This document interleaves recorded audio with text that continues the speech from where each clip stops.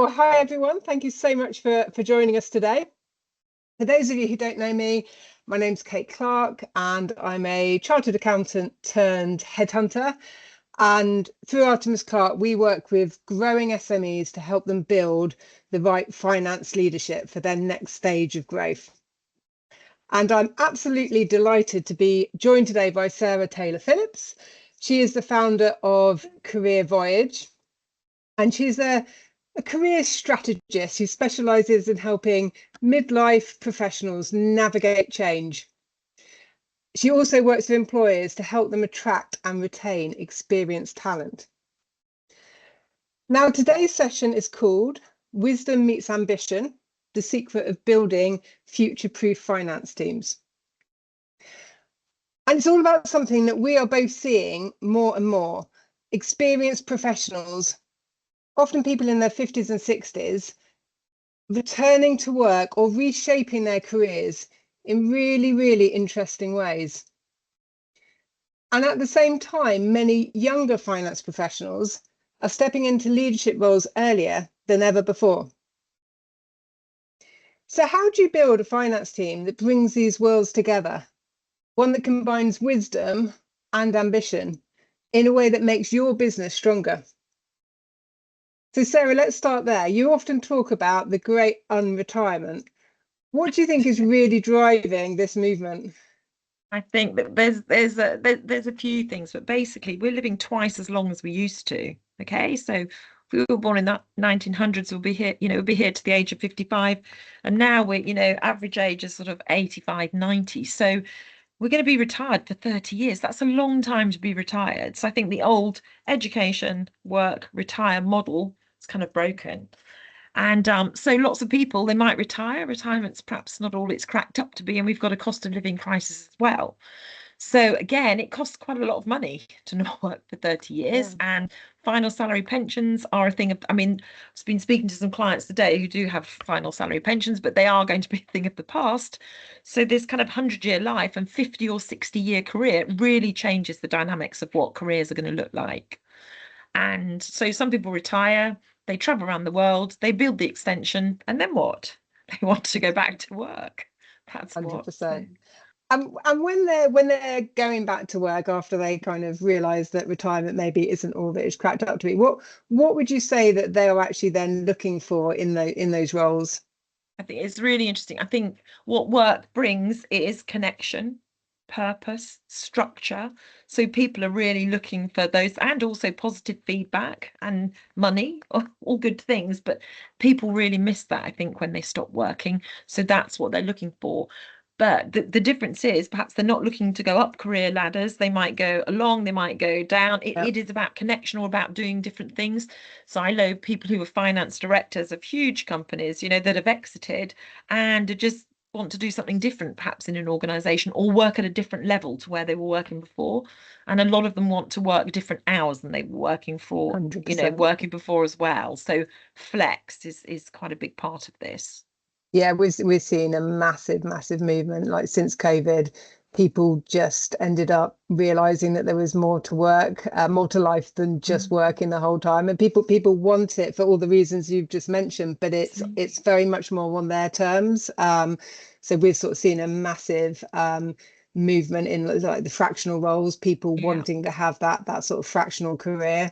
But then that complements, as the sort of the name of this webinar suggests, combining that with the younger generation where you've got that experience, but then you've got sort of the more full-time sort of person coming in, and then them being supported and mentored. So absolutely. And I think you could almost have a job share type arrangement. That doesn't have to be 2.5 days a week each. It could be 5. It could be however you want that to look. But I think there's some real magic with bringing those generations together, because they're coming from different perspectives and have got different things to bring to the work party. And I think there's a huge win there. And I think people who are earlier in their careers need that perspective, they need that networking, they need that experience. And if you're more experienced 100%. In your career, I don't know, senior female representation is really important as well for young people. Just behaviours of more experienced people is important for young people. So It's really good for organizations. And of course, if you're working on a fractional basis, then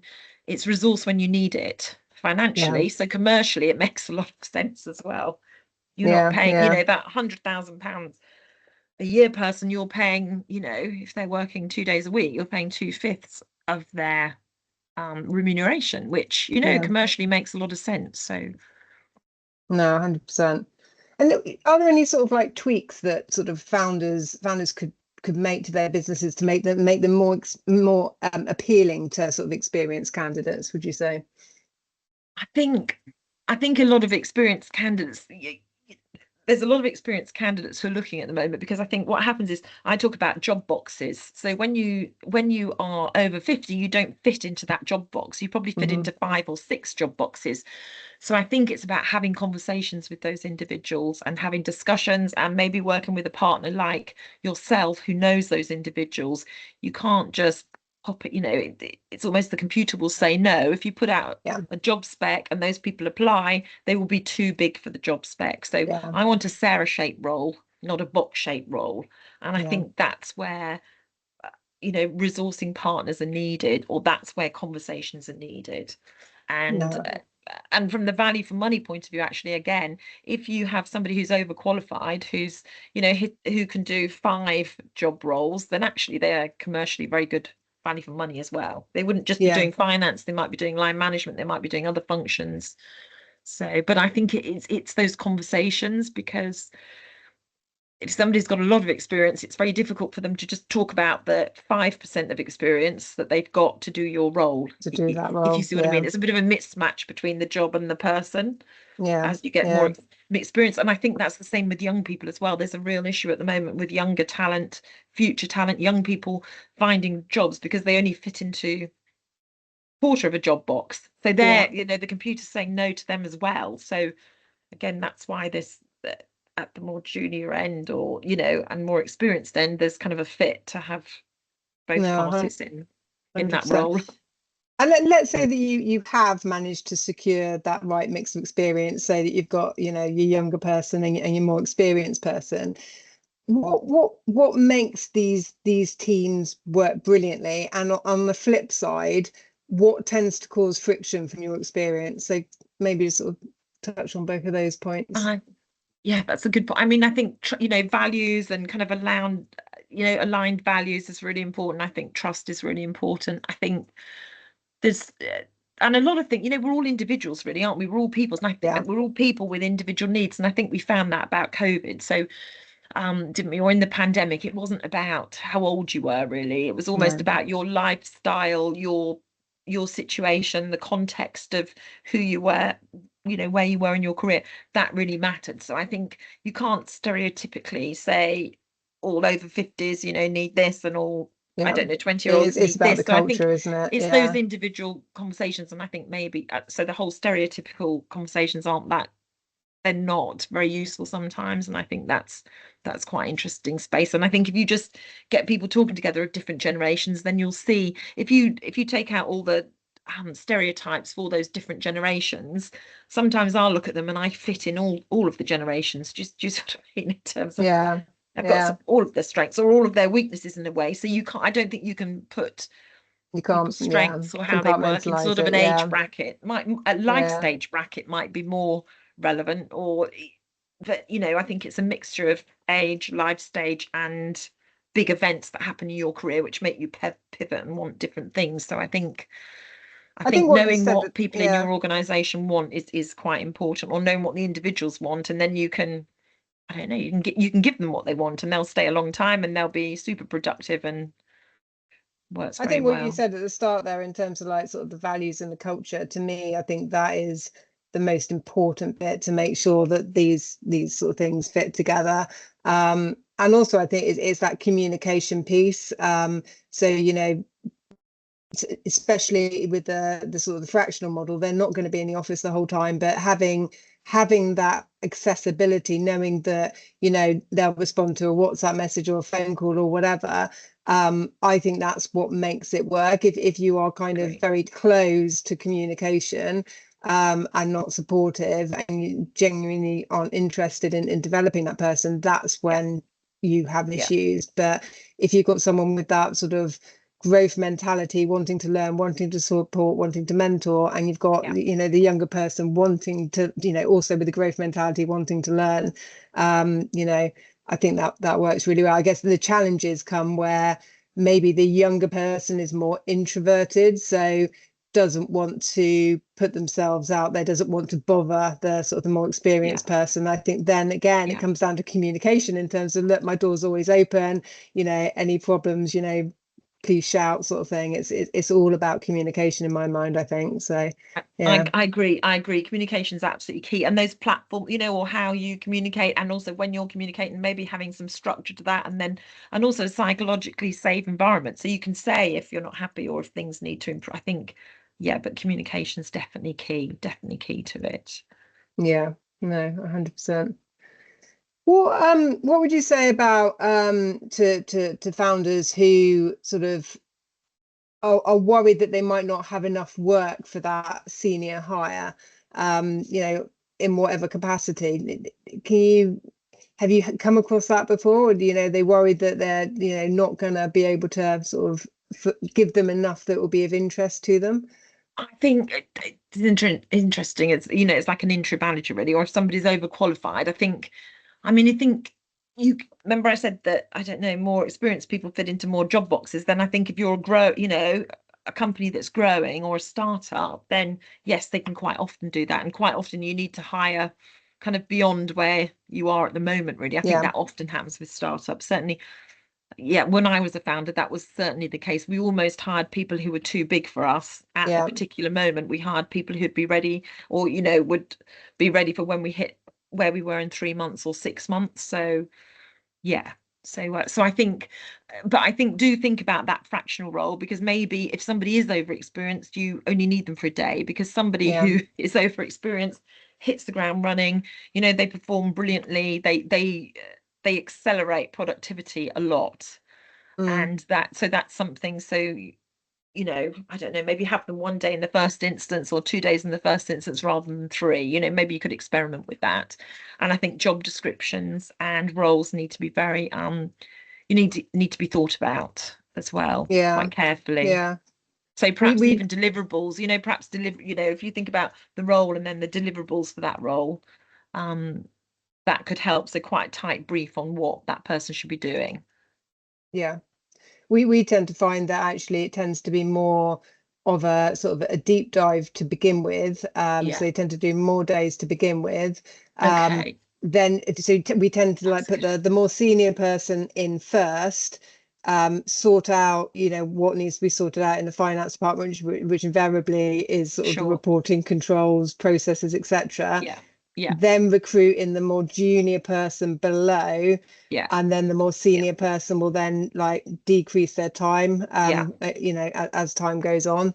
That tends to work better than probably getting the more junior person in first. I think, sorry, that makes absolute sense. So it's almost, you get that senior person to almost recommend, kind of recommend and scope out that role basically, and then resource into it. I think that makes 100%. A lot of sense. Because what we find is that the business owners that we work with, there's normally some sort of pinch point. They're scaling, but they don't have the visibility of the forward-looking finances to make decisions. So they quite often come to us and think that they need a finance manager. So sort of probably a sort of a qualified accountant, but not a finance director, probably because they know that they need someone to do these reports. And we then very often go back to them and say, actually, you would be much better off pausing that recruitment right now, going for the fractional, getting all of the, using that expertise, because they've been there, seen it, got the t-shirt, get all of this stuff sorted, and then actually we might then be able to recruit someone more junior than a finance manager, maybe a part qualified accountant. So actually in the long run it works out being a more cost-effective solution for them than if they just went with the finance manager who probably doesn't quite have that experience to actually put in the sort of the processes and the change that needs to happen. So it does tend to work well.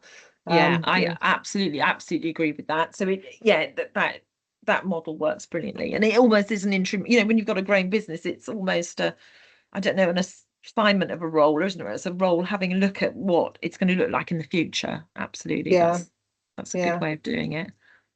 What about sort of tools to help? One, going back to that point about sort of matching culture. I know when we've met in the past, you've kind of had like little sort of tools that you've got us to do. Is there something that you use to help see, you know, it like a sort of a motivation tool, or, you know, whatever it is, to just try and match the, you know, the culture of the individuals with the organization?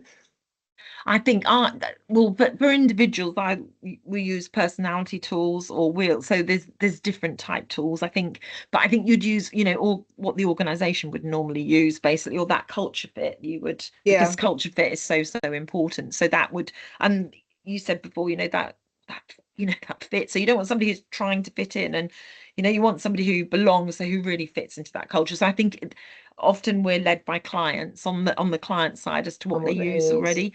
Individually, I use all sorts of career voyage tools for those kind of individuals themselves. But so that's kind of how I work it. How do you work it, Kate? What do you do? So I'll ask the question because I still haven't got a personality test that I'm happy with. So I've tried loads of them, and I haven't got one that I'm kind of like, that's really good. So I'm always intrigued to find someone who uses a good one. I'm determined to develop one at some point. But that's really interesting. We get to, because our assessment process is so thorough, because we've got like our intelligence test, we've got our bookkeeping test, and then we've got like pretty much an hour interview before we then put them forward to any role. We do get and there's lots of interaction backwards and forwards, so we are making judgments on those interactions the whole time. So you can tell sort of people's personalities by how they address my colleagues in email, whether they're responsive and stuff. So we've kind of like built up a picture of this person, and then the final interview, you know, is quite thorough in terms of like going through the CV and, you know, talking about skill set and stuff, and then we have 4 sort of situational questions in that, so that they're kind of like the competency type questions, so they're right at the end of that interview. So it's kind of a technical bit that we do, going through all of their CV, technical checkbox sort of thing, and that's done by another accountant as well. So we kind of we know we can tell if that, you know, if they're lying or not on that sort of thing, because we can dig deeper. But it's the competency questions, I think, that tells us a lot about them. I mean, for example, one of them is tell me about your typical working day, and that, it seems quite an innocuous question to ask, but actually you wouldn't believe how much you get from that. There was one candidate who basically told us that, you know, they go and have breakfast at McDonald's every morning, they do this, they do that, and it was all, and this was for a finance director role, it was a senior level role, but they told us so much that was completely irrelevant. You know, I did like a good answer is where you're sort of covering off all of the sort of multitude of things that you do. And so it's really, we get a lot of information by just asking like simple questions like that, but actually listening to what they have to say. It is really, really interesting. But yes, if anyone is watching this and can recommend a really good personality test, then I would like to know, because I'm still you know, there are lots out there that will tell you you know, whether you're introvert, extrovert, you know, how you like to sort of behave. But I haven't found one that kind of really tells me about sort of the cultural side of things, and more importantly, the things that I'm looking for when I'm interviewing people is like, you know, do I trust them? Are they hard workers? You know, are they team players? They're the things that I'm looking for. And I'm still yet to see that in a personality test. So if you know of one, let me know. I will. I'll have. I'm trying to think actually, because when I had our interim management business, we personality tested everybody, and people had to be a certain criteria, but it was about communication, and it was about logical, structured thinking, and it was so it was about a whole load of things. And interim managers, you know, literally 95% of them fitted into this one box, which is kind of combination of all of the things. And it's really, and other people who didn't fit into that box probably didn't want to work on a interim assignment, but that's slightly different to fractional. But it's interesting. And I shall keep my eyes and my ears to the ground and see if we can come up with something, Kate. That would be great. That would be good. That would be good. What about sort of confidence of these candidates that, you know, maybe they're having a career change, or they kind of retired, or maybe, you know, maybe it's you know, carers that have, you know, had a career break to bring up their children, and they suddenly kind of go, I want to get my career back. How do you manage that in terms of sort of, you know, building up their confidence and making them believe that actually they're capable of the sort of roles that they should be going for? Well, I mean, that's what we do at Career Voyage, really. So I think people don't realise how good they are. And I think if they've had a break, they really don't realise how good they are. If you've been applying for jobs, you know, again and again and again, and or if you want flex and you've been applying for roles and then being offered a permanent role, but you know, there's a lot of rejection that takes place when you're applying for roles, particularly at the moment.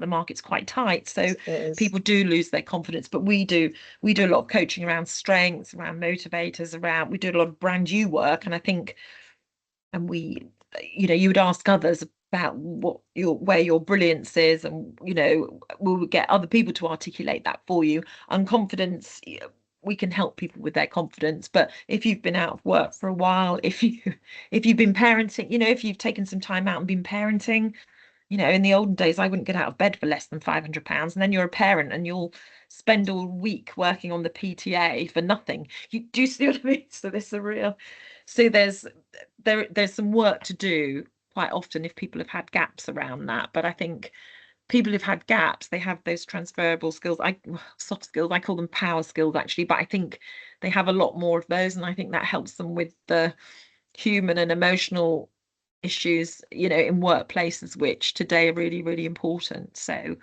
there might be some work that needs to be done, but, you know, there might not be. It depends.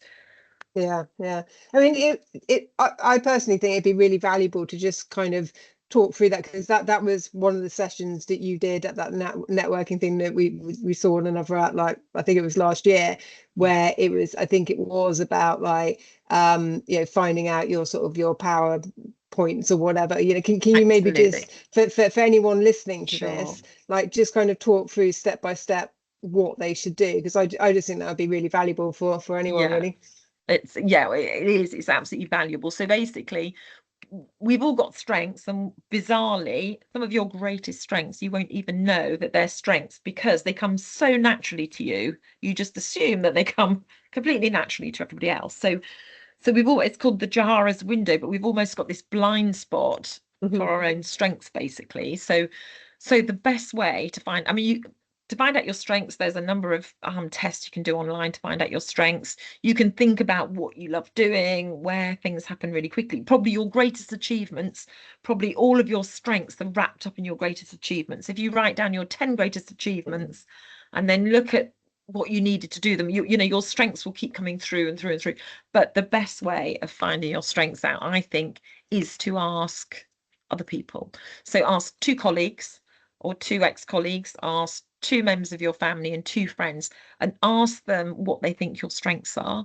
Ask them where they think they've seen you made a huge difference, and ask them what they think success looks like for you. And I don't know, you could ask them where they see, you know, where they might see your perfect career.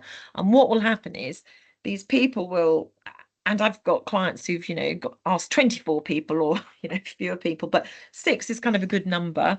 And also that work language is quite interesting as well. So go and ask those people, and what happens is you will just get these insights. Charles Handy would call them golden nuggets. You will have your strengths articulated to you in somebody else's language. So it's not me telling myself I'm really enthusiastic and quite inspiring. It's somebody else saying to me, you know, you're inspiring and you're enthusiastic, and suddenly it's evidenced, and you've got different language to explain your strengths. And it's so valuable, and it just changes everything. Confidence wise, it changes everything.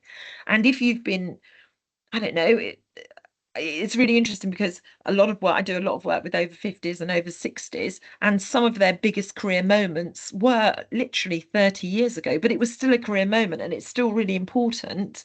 Yeah. And you forget that stuff. You forget the great stuff you've done. And, you know, and I think, yes, it's really important to go over great things you've done and your achievements, but ask other people what your strengths are, and it will be golden nuggets. And I'm a marketer, actually. I did a marketing degree, worked in marketing, then did a short stint in marketing headhunting. But you know, that's what you do for advertising and for brands. You're gathering those insights, you're finding out what consumers think, and yeah, that will help you build your brand. And when you know your strengths, things are more straightforward, because then you become you know, what issue can I go and solve in company X, Yeah. rather than, please, can you give me a job? Do you know what I mean? You don't have to be a job seeker, you can be a problem solver. And that's just a reframe of, you know, looking for a role. It's, you know, what problems can I solve in your organization? And as we know, finance, you know, that there's a shortage of great finance people,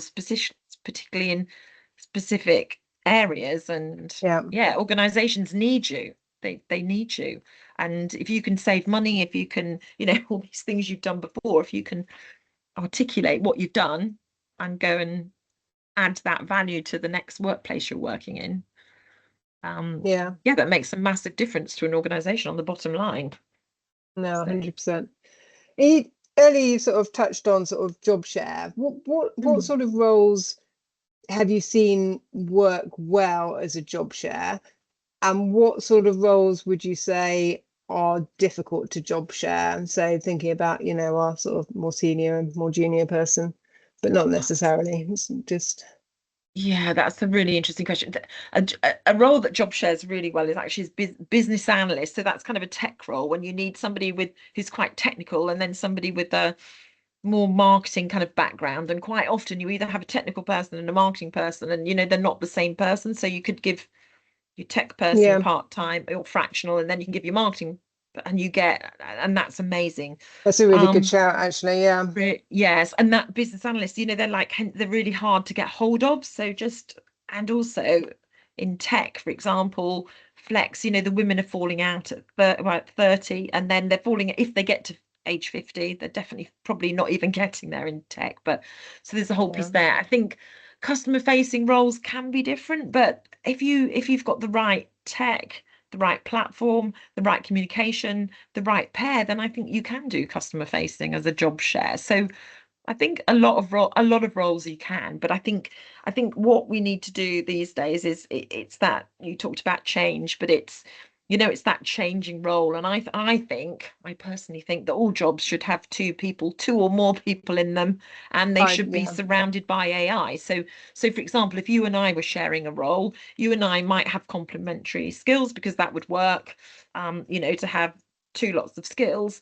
But you know, if you play to your strengths, I play to my strengths, and then we outsource the admin in our role to AI, think how yeah, productive we could be together. And I think there's a whole piece of work around shaping roles and yeah, shaping jobs and creating and crafting your own roles in organizations. And at the interim company I founded, that's what we used to do. We would go into organizations, we'd look at their issues or their problems, and then we would almost craft people, but craft roles yeah, too, around their you know, issues. Yeah, to give those solutions. And I think all roles should be kind of created like that, really. And yeah, and we almost want human shaped roles rather than these no, kind of 100%, boxes. 100%. And I'm a massive advocate of like having two people who can do the different jobs in your business. Yeah, So when I think of my yeah, organization, I've got at least two people who can do pretty yeah, much everything. So it covers you in terms of holiday, sure. sickness, Yeah, etc. And it just works well. it works So really yeah, well. And you think about the parental drain at 30, so people just coming out of your organization. But if you can help them, so what happens with the work that I'm doing is, you might have somebody who's 50 or 60, or they're looking at what the next 5 or 10 years looks like. They don't want to retire off a cliff. They want to phase down. And if you can match them with somebody who's, you know, parent who's just coming back, or, you know, just returning and wants to accelerate that, then that's a really great combination. And you can literally as people are, you know, upsizing and downsizing careers, and life gets in the way, right, of your career sometimes. And I think you don't need to ram it all into your 30s. So we've got a 50-year career, 60-year career. You don't need to do all of the stuff in your 30s. You can just, you know, make the runway a bit longer and map it out a bit. And I think we all know what's going on in, you know, I don't know, directors, C-suite, not all across all organizations in mental health. And I think sometimes you might need to work 4 days, you know, mountain bike the other day, you know, or, you know, you can have a career and a life. And I think that flex is really important for mental health. And if your mental health is sound, then your productivity is higher, and you're happier, 100%. and your teams are better, and, you know, and so that, and I think, what, you know, would you have one kind of burning out, kind of highly stressed person in a role working 50 or 60 hours, or two fractional people in a, you know, it, which would you prefer? I mean, and it feels complex hiring two people, or it sounds complex, but actually, if the trust's right and the values are right, then it's quite straightforward. And as I say, if somebody quits, then you've still got half a resource. You've still got if the cover, holidays, exactly. it's sorted. And it just, again, if you and I were, you know, sharing a role, then, you know, if I had to go here or had to go there, or had to watch this play or that play, or have an emergency, then you can step in. You know, we can kind of juggle between ourselves, really, and the business, it doesn't matter. You know, business, I think the individuals are getting the flex they crave, and the business is getting the complete resourcing solution that they need, or think they need, shall we say. How does it tend to work then in terms of cost? Let's say like it's a full-time role that you end up splitting as a job share between someone more junior and someone more senior part-time, and they're probably both part-time to make it affordable. Sure. But does it invariably end up being slightly more expensive, but by the time you've taken into account everything, or can you get it where it's pretty much on a par with the full-time role? Again, it depends, because if you've got if you're doing 3 days, then that's 1.2 FTE, isn't it? So it depends on that, really. But I think, I don't know, in my experience, it's all about the right person for that role. And I think if you've got somebody at this level, but they can make something happen, or they can save more. Do you know what I mean? So I think it's all about the right people for those roles. And I think sometimes that would dictate where it lands.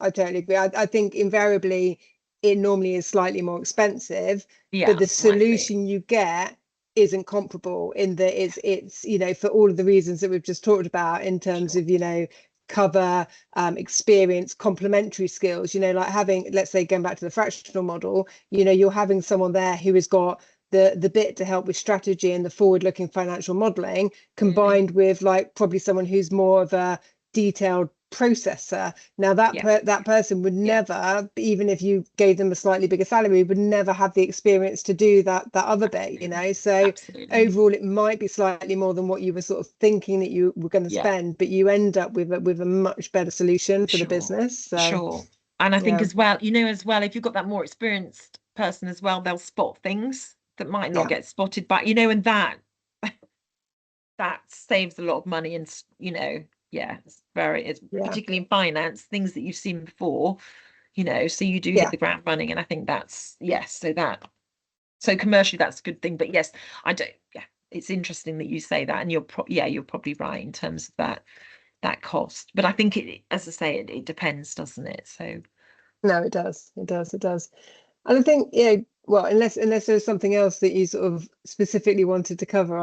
Actually, there is something I'd love to add. I've been doing a lot of work with the over 50s, and there's this concept called crystallized wisdom. And basically there's two types of intelligence. There's fluid intelligence, and that's when you're young, you know, it's like learning to walk or talk or read, and, you know, you just learn. And so that fluid intelligence, being like a sponge and taking everything in, it actually does tail off, you know, in sort of your early 50s. It increases and tails off in your early 50s. But what increases is your crystallized or cumulative wisdom. And basically it's like libraries, it's like books in a library. So when you're 25, your books go halfway around the first wall. And when you are 55, your books go around 3.5 walls. So you literally have all of this wisdom that you can draw on. You might not be able to get those books, you know, out immediately. It might take some while. I think I've lost the ladder for my top books. Yeah, there you go, there you go. So that concept, yeah, it's by somebody called Ray Cattell, and it's, you know, it's so actually you do get, you know, you are more knowledgeable and you've seen more things, and I think perhaps that's why over 50s have a bit more zen sometimes, seen it all before, like, you know, them bit more relaxed. So I think that's really, really interesting. So I think, as you know, as over 50s, we need to see ourselves as diamonds, you know, resilient and brilliant and very precious in the kind of treasure chest of talent. So yeah, so we get better with age. Absolutely, yeah, that's a really great way of looking at it. Fantastic. And I guess since this is the title of our session, yeah, can you sum up in maybe one sentence? What does wisdom meets ambition mean to you? What it means to me is that intergenerational alchemy. So it's that magic of those different generations working together, and how, you know, one plus, you know, the sum of parts is kind of bigger than the parts themselves. Yeah. Yeah, no, 100%. No, well, thank you so much for your time. I think what you are doing, yeah, is fantastic. Yeah, it's great to see you again, and no, I really appreciate you sharing your knowledge and wisdom with us. So hopefully you will get some people messaging you and saying, yes, I want to go through my my process with you. So yeah, it'd be good. Absolutely. Or we might, or I do work with organizations who want to keep more experienced people in their business. They don't want them to retire tomorrow or immediately or off a cliff. They might want to, you know, eke them out for another few years on a flexible basis. So, and so what do you do there? Do you do training sessions with them? How does that work? I do a lot of work with clients about how to, yes, with people, what the next 5 or 10 years might look like. Okay. So it's so I know organizations do a lot of work on the finances and, you know, what the financial landscape is going to look like, but it's more personal and more, you know, what, I don't know, what lights your fire, or what's your purpose, or what might you want to do in the future, or how might you want to work. And I think that's quite a powerful exercise for employees, because a lot of the time they're so busy, they don't really think about that. They're busy. But if you do think about what you do want your life to look like in 5 years, or, you know, and also that retirement question, if you're on the board, you don't really want to ask, you know, you don't really want to go in and start saying, what does my retirement look like, or what, you know, those are quite, so an organization to be able to have those conversations in a structured or safe place, or is great, because then an organization knows what your future plans will be, and you do too, or you can start formulating them rather than just retiring and then thinking, oh my goodness, what have I done, you know, which happens a lot. In terms of, let's say, a business owner who's watching this, what sort of demographic would their employee base be, and, you know, sort of how many, like, what sort of companies do you tend to work with to do these sorts of sessions? Well, that's what you'd probably do, an age audit, really. So, you know, with that organization, to see if so a lot of the financial services companies or a lot of the engineering companies had a lot of, you know, lots of baby boomers, and they literally are retiring now. So you're getting all of that knowledge walking out the door, and, you know, you want to retain some of that knowledge. So bringing, you know, younger workers and together, and these guys can these people can phase retire. Yeah, that can help. So So there's some quite interesting strategic things you can do there, just to stop that hemorrhaging of expertise, talent, and knowledge. And some organizations are, you know, there's a lot of big financial services organizations are getting better at it. There's a lot of big tech firms that have been really good at it historically. Just making sure they capture those people. Yeah, capture those people. Don't let them disappear. Don't let them just suddenly go. Yeah. Okay. No, that's amazing. Thank you. I hope that you get some inquiries out of this. I think it's a wonderful service that you're offering. So yeah, it's just good. It's good for you to be able to tell people about it. And yeah, thank you. Really appreciate your time. You're very welcome. Thank you. Yeah, it's been a really interesting session. I think it's going to happen more and more, isn't it? Now we're living twice as long as we used to, and 2 years' time, half the workforce is going to be over 50. So start nurturing and loving your over 50s, everybody. Exactly. And on that note, thank you so much. Until next time. All right, take care. Yeah. Cheers. Bye. Bye.